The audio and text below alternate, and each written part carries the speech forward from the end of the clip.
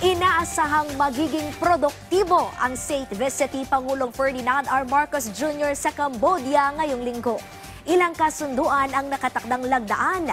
Dagdag pa ang pagsulong ng Pangulo ng mas matibay na relasyon ng Pilipinas at Cambodia. Narito ang report.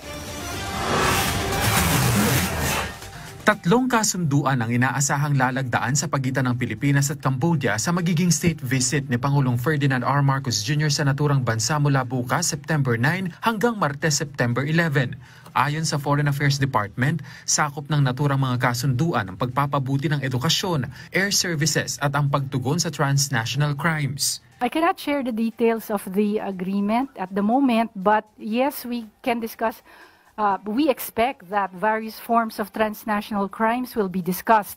Yung surrogates na pardon na sila earlier this year, and ito namang sa mga human trafficking victims, yung mga nasa scamming operations in mainland Southeast Asia, there is an increase for all of mainland Southeast Asia, hindi lang sa Cambodia. So this is really important for the Philippines, and we do expect this issue to be discussed in the bilateral meetings.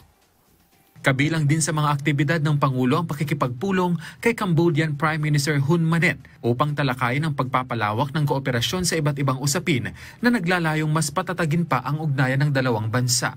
The visit of the President is also anchored on key objectives, namely to diversify trade and economic relations, to strengthen cooperation in addressing transnational crimes, and to seek support for the Philippines' chairmanship of ASEAN in 2026.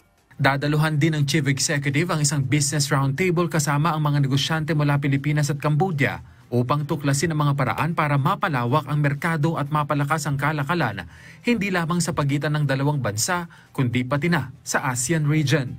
We're hoping kasi na makapag-export tayo ng more Filipino products. We're looking at food, beverages, pharmaceutical products. We're also looking at franchising, yung mga Filipino franchises doon.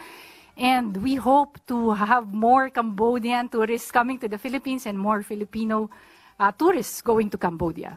Bukod dito, bibisita si Pangulong Marcos Jr. sa Filipino community sa Cambodia na karamihan ay nasa larangan ng edukasyon at serbisyo. Tinatayang mahigit 7,500 ang mga Pilipino na naninirahan sa Cambodia.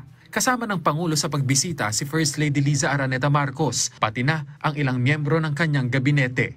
Kenneth Pasyente, para sa Pambansang TV, sa Bagong Pilipinas.